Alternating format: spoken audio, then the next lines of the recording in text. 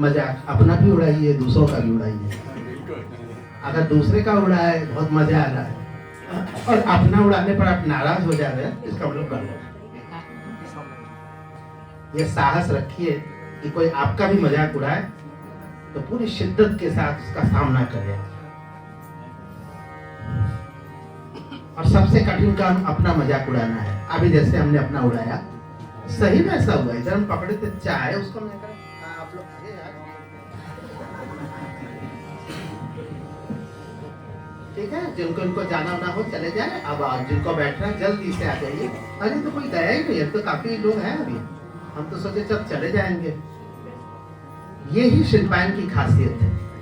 हम बहुत सारी संस्थाओं में देखें कि एक बार समोसा खिला देने के बाद लोग गोल हो जाते हैं। यहाँ पता नहीं क्या है। हमको किसी ने कहा कि अंत में खिलाइए, नहीं सब चले जाएंगे खा के। हमने कहा जी नहीं, हम एकदम शुरू में भी खिलाएंगे तो भी रहेंगे, बीच में खिलाएंगे तो भी। तो हम थोड़ा सा बीच में सांस लेने का मौका दे देते हैं। ये सांस लेना बेहद जरूरी है।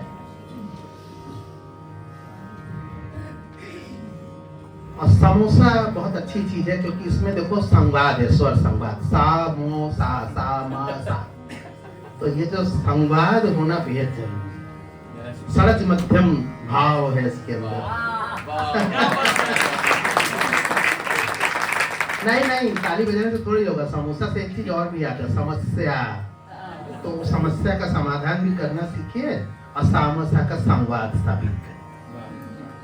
तो एक समोसा कितना कुछ कहता है। इसमें वो सारी चीजें हैं जो आपके लिए नुकसानदायक है, फिर भी खाइए। जीवन में थोड़ा थोड़ा जहर भी लेना चाहिए। जीवन है अगर जहर तो प्लीज। अब हो गया मजाकबाजी, हम लोग चल रहे हैं अब एक गंभीर संगीत की ओर। मुझे मालूम है कि यहाँ विद्यार्थी लोग बिल्कुल बेताब है सुनने के लिए। डॉक्टर शुभंकर डे, जैसा कि आप जानते हैं, हमारे शिल्पायन के बिल्कुल स्तंभ हैं और इस समय काशी हिंदू विश्वविद्यालय में संगीत शास्त्र विभाग के एकमात्र सहायक प्राध्यापक है, असिस्टेंट प्रोफेसर। क्लासेस लेते हैं तो विद्यार्थी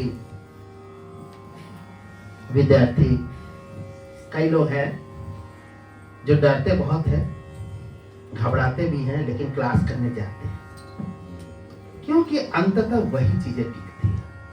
हम केवल मजाक करें, तरह तरह की चुटकुले सुनाएं और गाना सिखाने के नाम पर ऐसे ही घुमा दे तो तीसरे दिन से आदमी दिखेगा नहीं। 2 दिन दिखेगा, तीसरे दिन नहीं दिखेगा।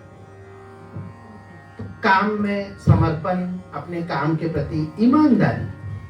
कहा जाता है कि एक टीचर के लिए कई गुण होते हैं, ईमानदारी, जानकारी, ईमानदारी और जिम्मेदारी। ये 3 चीज एक टीचर में होने ही चाहिए।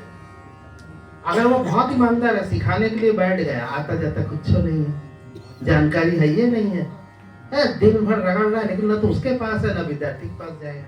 जानकारी बेहद जरूरी है। अपने विषय पर पूरा ज्ञान होना बेहद जरूरी है।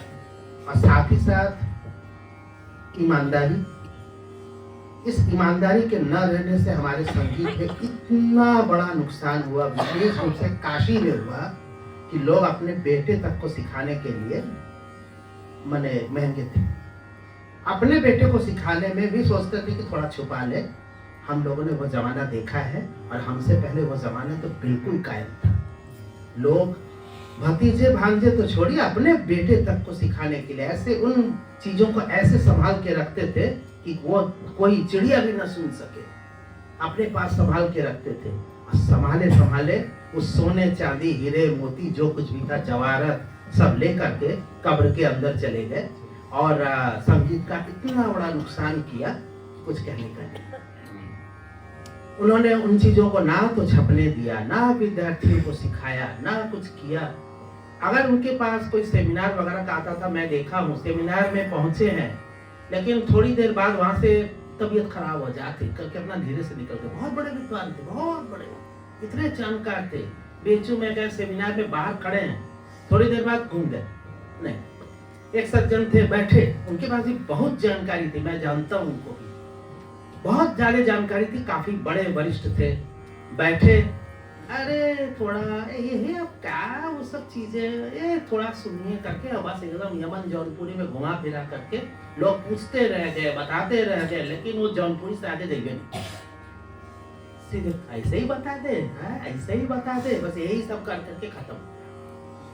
मेरे गुरुजी खुद ही बताते थे, अपने घर में जाकर के अपने रिश्तेदार, अपने अंकल, मैं पूरा नहीं बताऊंगा, नाम बताऊं तो समझ जाएंगे, अंकल के पास जाके, सगे अंकल के पास जाके बोल रहे हैं। अंकल में बड़ा फायदा है, आपको पता नहीं चलेगा, चाचा, मौसा, मामा, बुआ, अरे फूफा सब निकल जाएंगे उसी में, इसलिए हमने अंकल शब्द का प्रयोग किया, क्योंकि बताएंगे तो फिर बात बढ़ जाएगी, कौन है पता चल जाएगा, आइडेंटिटी नहीं पता, क्योंकि वो बहुत बड़े विद्वान थे, वो नहीं सिखाया। उन्होंने कहा जाके कहा, बोले कि आप हो भी राग आए लो नया, हमन के सिखा दे, वो लोग कम उम्र के थे, तो आप हो एक नया राग आए लो सिखा दे। अपने ही रिश्तेदार के यहाँ जा करके गिड़गिड़ा करके भी उनको नहीं मिला, नहीं सिखाना। हाँ आया परसों, अच्छा चौथे दिन, बस ऐसे करके घुमा दिया। उस जगह से आज वो जमाना पहुंच गया है जब विद्यार्थियों को 3 राग चाहिए होता है, हम लोग 30 सिखा देते हैं, वो बाकी 27 फेंक देते हैं। आपको वो जमाने का अंदाज नहीं है। तो जो ईमानदारी है वो भी अगर गुरु में न रहे, और तीसरी बात होती है जिम्मेदारी, ये एक बड़ी चीज है, ये जल्दी डेवलप नहीं हो पाता। कोई भी गा रहा है, सिखा दिए, अब उसके बाद देख रहे हैं कि कुछ गड़बड़ हो रहा है, तो उसके पीछे पड़ रहे हैं, तुम कुछ गड़बड़ जरूर कर रहे हो, जरूर हम जो कह रहे हो वो ना रियाज करके कोई और चीज कर रहे हो। कहाँ से कर रहे हो? यूट्यूब से कर। हमें क्या फर्क पड़ता है भाई, हम तो नाव की दुकान खोले, सामने आए, माथा लटकाए, हमने उसका बाल छील दिया, काम खत्म। जाते ना जो गया जी में जाते हैं सब के बाद लाइन लगाए रहते हैं, एक ठो आया उसका बाल छीन लिया, अगला गया वो माथा झुका उसका बाल छीन, अब उसमें राजा भी है, फकीर भी है, छोटा भी है, बड़ा भी है, जो बैठे उसका बाल छीन ले रहे। तो उनके पास छीलने का तरीका है, यानी जानकारी है, ईमानदारी है, बहुत अच्छा छील रहे हैं बाल, लेकिन जिम्मेदारी है, उनको उसके बाद कोई रिश्ता नहीं बन रहा है। आज एक गुरु नहीं है इस दुनिया में, उनके नाम लेने वाले लोग यहाँ पे मौजूद है, उनके शिष्य मौजूद हैं, शिष्य के शिष्य मौजूद है। सोच सकते कि उस व्यक्ति ने कितना जान दिया होगा विद्यार्थियों के लिए, कितनी जिम्मेदारी उठाई होगी, अपनी जानकारी का इतना विस्तार किया कि उस जानकारी को फिर ईमानदारी के साथ सिखाना और जिम्मेदारी के साथ उसको शिष्यों तक रखना कि ऐसा करो। तब जाकर के कोई आज जिस व्यक्ति के चले जाने के बाद भी लोग याद करते कहते पंडित छोटेलाल मिश्र थे, कभी कहेंगे अलाउद्दीन खान साहब थे, नाम लेते हैं लोग, विमलेंद्र मुखर्जी साहब का नाम लेते हैं। तो ऐसे ऐसे लोगों का नाम लेते हैं तो आपको लगेगा मर गए, उनको क्या पता नाम लिए कि नहीं, ताकि इस दुनिया में आए क्यों? दुनिया में तो यही काम करने आए हैं, अपना नाम रख के जाएंगे, और तो कुछ रख के जा नहीं सकते।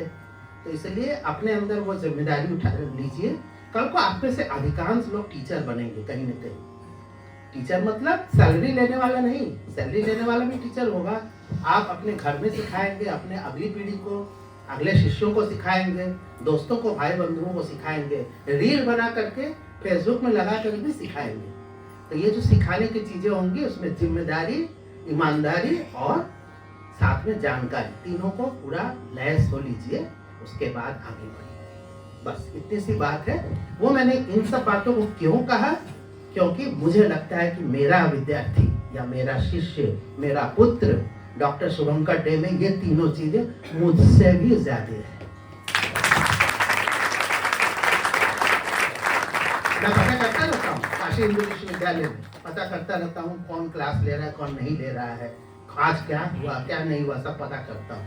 और तब मैं बोल रहा हूँ पूरे जानकारी करने के बाद, आश्वस्त हो जाने के बाद मैं बोल रहा हूँ ये बात। इसलिए नहीं बोल रहा हूँ कि मेरा बेटा है तो बोल लूंगा, आप सब लोग जानते हैं कि मैं उस तरह का आदमी ही नहीं। मेरे लिए अपना बेटा, दूसरे का बेटा, ये सब कुछ है नहीं। जो सामने बैठता है तो उसके साथ मैं वही जिम्मेदारी निभाने की कोशिश करता हूँ। तो मैं चाहता हूँ कि भगवान हमको शक्ति दे, और हम चाहते हैं कि भगवान इनको भी शक्ति दे, जिससे ये आगे अपना काम बहुत अच्छे से कर सके। पुनः तबले पर पंडित किशोर मिश्र जी हैं।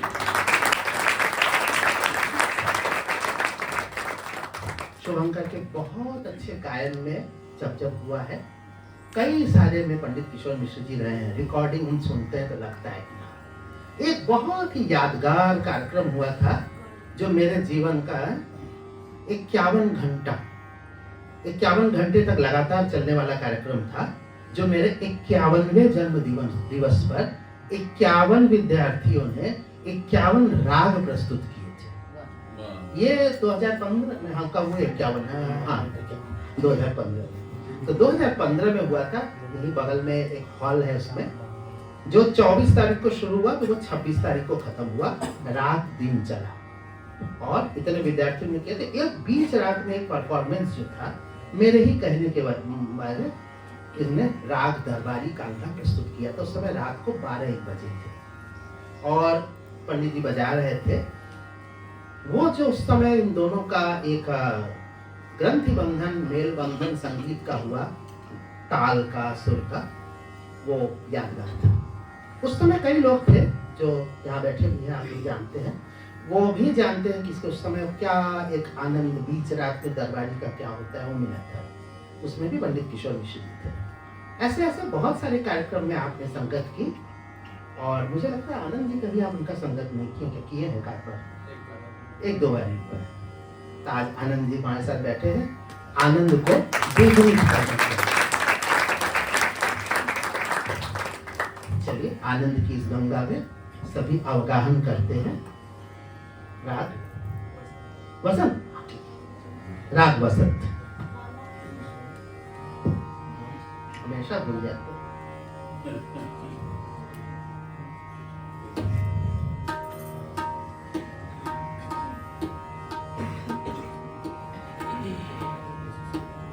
साडा जी आएंगे क्या अपने गुरु जी को पहनाने?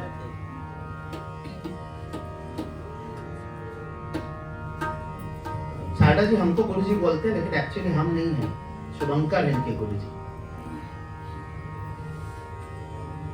इनको वो शुभ जी बोलते हैं।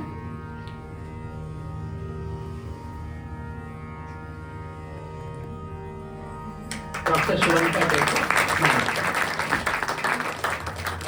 जयंती बार देखो, कानपुर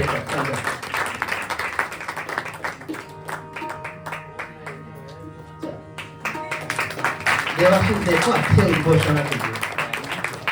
राजनीति जी बहुत अच्छा मैनेज किया है, ये माला पहनी, बहुत अच्छे मैनेजमेंट के लिए।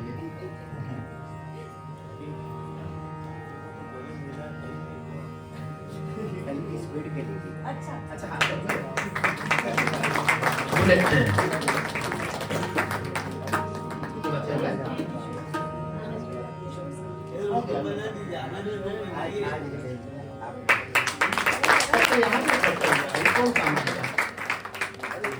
नहीं, आप दूसरा करिए। माला जितना मिल जाए, जब तक भाभी जी ना गुस्सा है तब तक ठीक है, माला पहन के रहिए। भाभी जी बहुत अच्छी है, हमको कभी कभी ये सुनाइए वो सुनाओ, सब उनका रहता है। तो हमारी अटेलिया में हमसे बहुत सुनना चाहती थी, याद है हल्द्वानी में। राग वसंत।